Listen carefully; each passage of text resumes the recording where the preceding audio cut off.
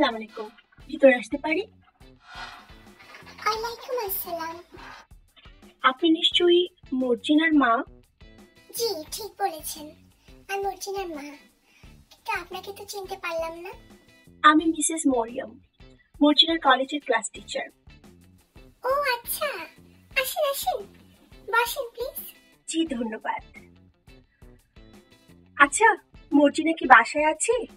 Kindly ওকে একটু ডাকবেন, ওকে সামনে রেখে কথাগুলো বলতে চাই, তাহলে উপকার হবে। জি হ্যাঁ, বাসায় আছে, এখনই ডাকতেছি। মর্জিনা, আরে মর্জিনা। আচ্ছা, প্রথমে আপনাকে জানিয়ে রাখি এখানে কেন এসেছি। আমাদের কলেজের টিচারদের একটা অ্যাসোসিয়েশন আছে, যেখানে বিগড়ে যাওয়া স্টুডেন্টদেরকে আমরা সোজা করার জন্য কিছু পদক্ষেপ নিয়ে থাকি।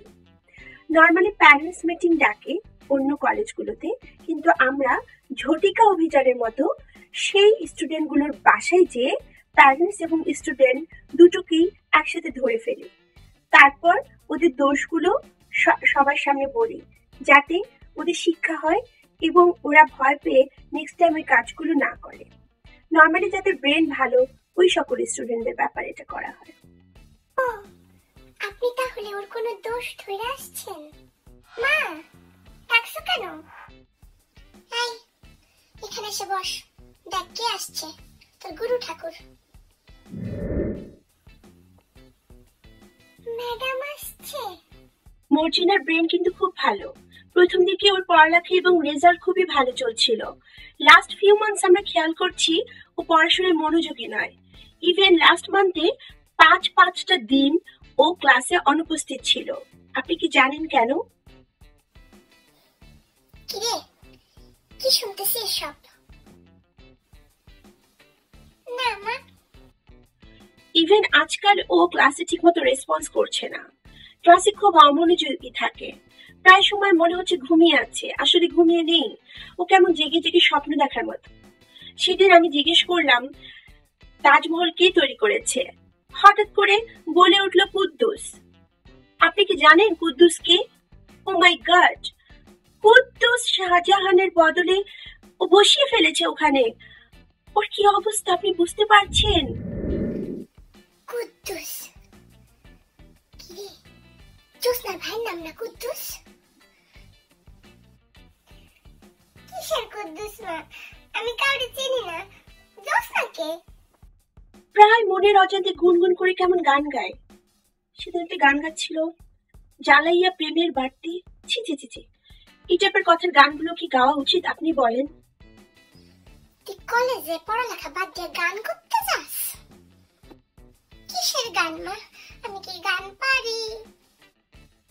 এখন আপনার কাজ হচ্ছে আপনি আমার সামনে ওকে জিজ্ঞেস করবেন লাস্ট মান্থে 5 টেস্ট যে সে অনুপস্থিত ছিল কোথায় ছিল। একে একে সব প্রশ্নগুলোর উত্তর আমি এখানে বসে চাই, আমাকে রেকর্ড করে নিয়ে যেতে হবে। কি রে, উত্তর দে, কই গেছিলি তুই? না মা, আমি ক্লাস করছি, আমার মনে হয় আমার নাম ভুলক্রমে প্রেজেন্ট হয় নাই। একদম মিথ্যে কথা বললো। আমার ক্লাসের বসি নামে একটা ছেলে আমাকে রিপোর্ট করেছে ওকে দেখেছে বোটানিক্যাল গার্ডেনের গেটে বসে হু হু করে কাঁদতে।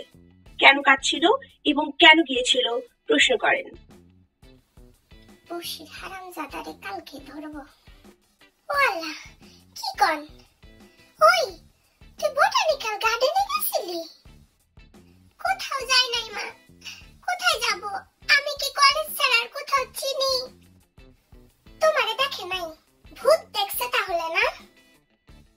Point to be noted. কি রে, ঠিকমতো উত্তর দিস না কেন? ও, ওটা তাহলে বোটানিক্যাল গার্ডেন ছিল?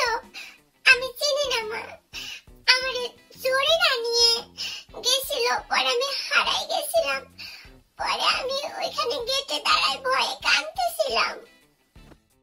ও, ওর সাথে নাকি ওর বান্ধবীরাও ছিল?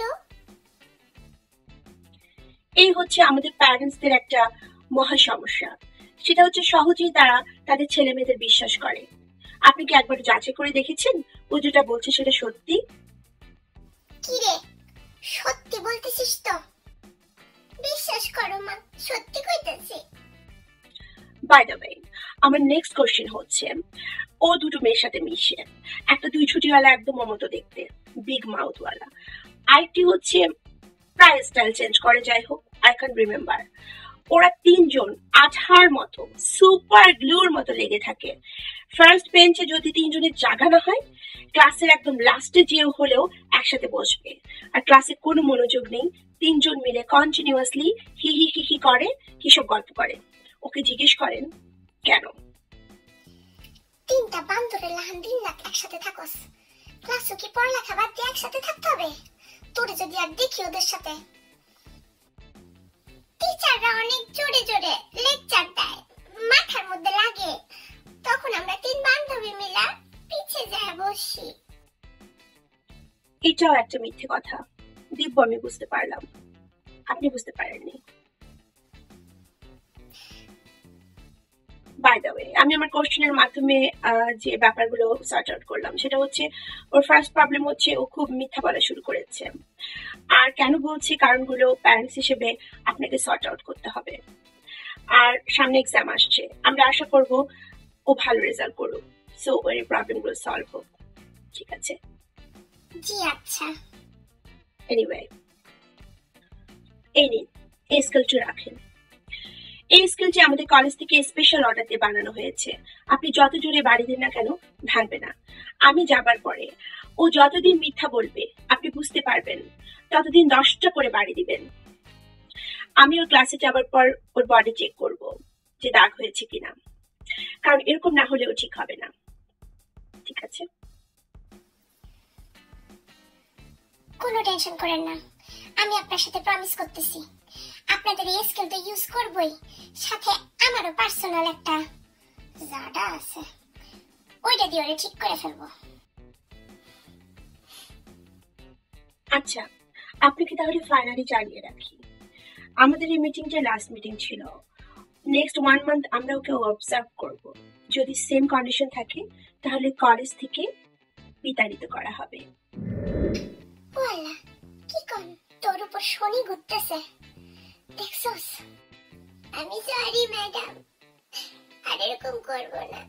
যাই হোক, ভালো থাকবেন। আমি এখন তাহলে উঠি, আমাকে আরো 2টি স্টুডেন্টের বাসা যেতে হবে। অ্যাড্রেসটা চেক করে দেখি। জোসনা, জরিনা। জোসনা, জরিনা, ওদের বাসায় যাবেন? হ্যাঁ, ওদের নাম জোসনা এবং জরিনা। আপনি চিনেন ওদেরকে? একদম আপনার মেয়ের মতো সেম প্রবলেম, ওদের বাবা মাকেও সেম টিপস দেওয়া লাগবে। সব বান্দরগুলো একসাথে হইছে, রতনে রতন সেনে তুই সেন্সাস করছো। ঠিক আছে মা, আমি ওদের সাথে আর মিশবো না, আজকে মোবাইল থেকে নাম্বার ডিলিট করে দিব। আচ্ছা চলি তাহলে, ভালো থাকবেন। জি আচ্ছা, আল্লাহ হাফেজ। তুই খাড়া এখানে, আইতাছি আমি। বলছি তো মা, এটা তোর কলেজ থেকে দেওয়া ওষুধ, আর এটা আমার ওষুধ, দুটোই অ্যাপ্লাই করব, দেখবো কোনটা কাম হয়। প্লিজ মাফ করে দাও মা, মা মাফ করে দাও মা। শয়তানের নানি, তোর এত কষ্ট করে তোর বাপ টাকা পয়সা দিয়ে কলেজে পাঠাচ্ছে, আর তুই যাস ঢং করতে? হ্যাঁ, বান্দরগুলোর সাথে মিশে মিশে খারাপ হচ্ছস। তোরে যদি আর ওদের সাথে দেখছি, তোর একদিন আমার 10 দিন, মনে রাখিস।